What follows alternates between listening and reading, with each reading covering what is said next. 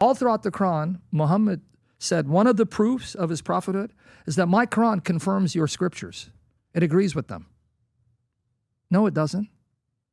My Bible contradicts your Quran. That means the Quran is false. But see, the Muslims see that and say, oh, you must have changed the Bible. But the Quran never says it's been changed. They try to take a verse here and there out of context. And what you read the context, it'll either refer to the misinterpretation of the text or a particular group in a particular area, but not the entire community itself. So one side debate that. Anytime they attack the Bible, I go, oh, so you agree Muhammad is wrong. Why? He said my Bible is not changed. You said it is, so that means he's wrong. So are you going to renounce Muhammad? See, this is how you have to do it. But then they'll come back and say, if they say, well, no, the Bible is right. Well, Muhammad is wrong again. Because my Bible says that what the Quran says about Jesus is wrong. So Islamic dilemma. Damn if you do, damn if you don't. See, once you do that, everything else falls in place. So you would debate him. And what topics would you debate him on? I would love to get these guys to debate me, Islamic dilemma, whether the Quran is perfectly preserved, free of contradictions. Does Islam teach Tawheed? Meaning, does it teach the absolute oneness of Allah? Believe it or not, it doesn't. That's what they'll tell you. They'll sell you that script. And does the Bible teach a Trinity and or the deity of Christ? These are the foundational issues, right? These are it. This is where you destroy Islam. Because Islam's bread and butter is, we have the purest form of monotheism. More so than you Christians, you worship three gods, right? That's a lie from the pit of hell. Islam is anything but monotheism if you really study its sources. But if you let them just give you their spiel and quote a verse here and quote a verse there and catch you off guard, yeah, it sounds like it's more monotheistic than Christianity. It's actually very polytheistic. In what way? Well, if you deal with the Sunni Muslims, let's go with that. Not Quran-only Muslims. They believe the Quran is the uncreated speech of Allah. So here's another problem that Christians have. They will debate the Bible versus the Quran. Wrong debate. Wrong debate. Because the Islamic understanding of the Quran is our view of Jesus. And this is something admitted by Muslim scholars. What do I mean?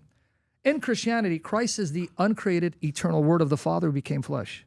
Well, that's what they believe about the Quran. The Quran is the uncreated Word of God that became a book. So your view of Jesus is their view of the Quran. It's not your view of the Bible. None of us think the Bible is the uncreated Word of God. Impossible. Because God used human authors and used their personalities. So if you're going to say it's the uncreated Word of God, then you're going to say those human authors also are uncreated. It doesn't work. But Jesus is the uncreated Word of God. John 1:1, in the beginning was the Word. The Word was with God. The Word was God. And then 14, the Word became flesh. So they took that idea of Jesus and applied it to the Quran. Something admitted by Muslim scholars. Now, if the Quran is the uncreated Word of Allah, very easy dilemma. Is the Quran Allah? Is it the same as Allah? Now, in Islamic theology, I'll say, it is not Allah and it's not other than Allah. And they'll say, Billah kaif. It's not Allah, it's not other than Allah. What does that mean? Meaning, no, it's not identical to Allah, but it's not separable from Allah. So it's not identical to Him. Because Allah is not the Quran. Allah has a set of attributes. But here's the problem. So if you say the Quran is not Allah and it's uncreated, how many uncreated entities do you have? 2. But I thought there's only one uncreated entity. Now they have to sound like Christians saying, though they're distinct, they're inseparable, so they're one. Oh, welcome to the wonderful world of the Trinity. That's the first step. Now I can go further in their tradition. The Quran actually speaks. There are sound narrations where it says on a day of judgment, the Quran will appear as a man interceding for you. Now I'm kind of confused on that. If this is the speech of Allah, who is it speaking to? Well, it's speaking to Allah. So Allah is speaking to Himself? No. The Quran is speaking to Allah, so it's not Allah. Oh, so the Quran has its own consciousness. It can interact with Allah, so they're not the same person. They're different conscious entities, but they're inseparable. Wow, you're sounding more like a Trinitarian the more we speak. Now, if you multiply with the chapters, even the chapters speak and they appear. It says, chapter 2 and 3 of the Quran will appear as birds. And they will cover you with the wings, and they'll go before you, arguing with Allah to defend you. Does that sound like Islam teaches absolute unity of Allah?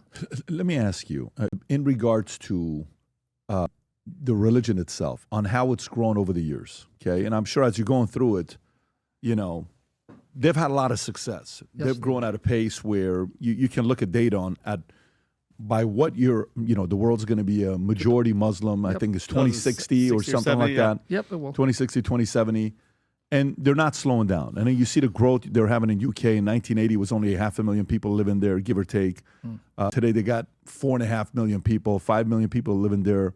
And you're seeing London growing the way that it is. The mayor is a only three-term mayor they've ever had, Sadiq Khan. And then you're seeing what happened in New York with Mamdani getting elected, right? Muslim, democratic socialist. They're growing, okay? On the Christian side, I don't know if, Charlie Kirk played offense. Charlie Kirk was out there doing a lot and getting a hold of young kids who Turning Point USA wanted to grow up and be able to defend their faith in a strong way. And he was becoming unapologetic, right? The way he was doing it, Charlie was. Yeah. Why do you think their church is growing the way that it is? Yeah. Well, if you look at it really and compare it, it's not really so much conversion. Yeah, they get converts, but even statistics have shown now, I don't know when the last statistic came out, but I remember years ago, one statistic showed that about over 90% of converts leave Islam in 5 years because they're giving a sanitized version of Islam that when they study, they realize it doesn't correspond to what they were taught. So over 90% of converts leave within 5 years. That was a statistic that was mentioned years ago, but find out maybe, but they don't last. The majority of them don't. But those who end up, let's say, remaining, it's not much on conversion, but believe it or not, it has to do with procreation. If you look at it, unless they're completely westernized, right? If they're bought into the Western dream and having more kids means greater financial responsibility, so have less kids. If they're not westernized, typically they have larger families. And because of that, if you have a Muslim who has a wife who has 4 kids, but then multiply that with 2 other wives on the side, we got problems. They're going to outnumber you. But the thing is also, even with that said, we have to be careful. Islam is not monolithic. Just because you have majority Muslims, they don't all believe the same. And many Muslims are secular. They're not even devout Muslims. They're Muslims by name. And secondly, Muslims turn on each other. So even when we say they're growing, it's not one branch of Islam that's growing. It is simply these populations who are then governed by Islam, many of whom don't know their tradition or they don't have the same tradition, and they're growing because of procreation more so than conversion. And then at times, they become their worst enemies. In fact, if I'm correct, I'm not into the political thing, but what about the fights between Shia and Sunnis, even in recent times? In fact, I've seen videos where you'll find Sunni, the terrorists in Iraq, killing more Shia than non-Muslims. Why is that? Because they think Shia is even worse because of their views of Aisha. Not all Shia are extreme. So they turn on each other. They're not all in agreement. They're not monolithic. So even when you say, they're going to be over 2 billion, but 2 billion Muslims of different mindsets, of different sects that don't all agree, and at times they turn against each other and anathematize one another. Same thing with Christianity. So I'm not trying to say Christianity doesn't have that problem, right? We Christians, okay, when you say there are 2 billion Christians, well, among those, you're counting Jehovah's Witnesses, and you're counting Mormons, and you're counting all these cult groups that identifies Christianity. You're not just counting historic Christian churches. You're not just counting the Catholic Church, or you're counting all who sign off as a Christian. And some of them are Christian by name, but live like the devil. So are they really Christian? When you have a Muslim saying he's a Muslim, but he drinks and eats pork, and they do that. Of course. We've met them, especially in Chicago.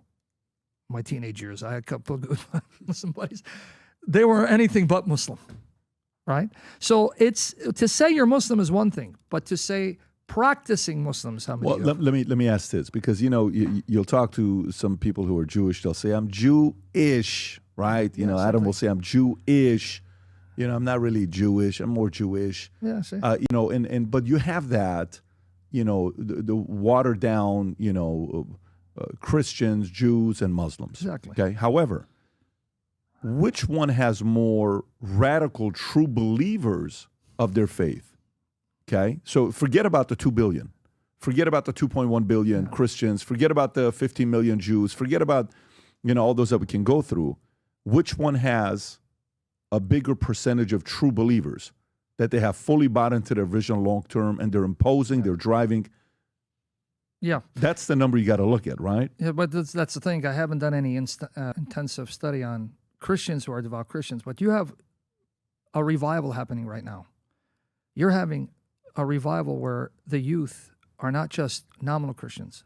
They are being sparked up to be on fire for Christ. So this is why I say I can't really give you a number if there are more zealous Muslims than Christians, but to say that in recent times, because of recent events, the Spirit is moving in such a way that I'm also astonished seeing the hunger among youth to want to now come back to their Christian roots. Or even, by the way, you're having an explosion of converts of Islam in Muslim lands. They even say that the church is exploding in Africa and in Iran. They go, there are a lot of Iranians who become Christian, they're underground. But even with that said, when I say Christian, see, this is, again, we have to be fair. They're converting to a variety of forms of Christianity.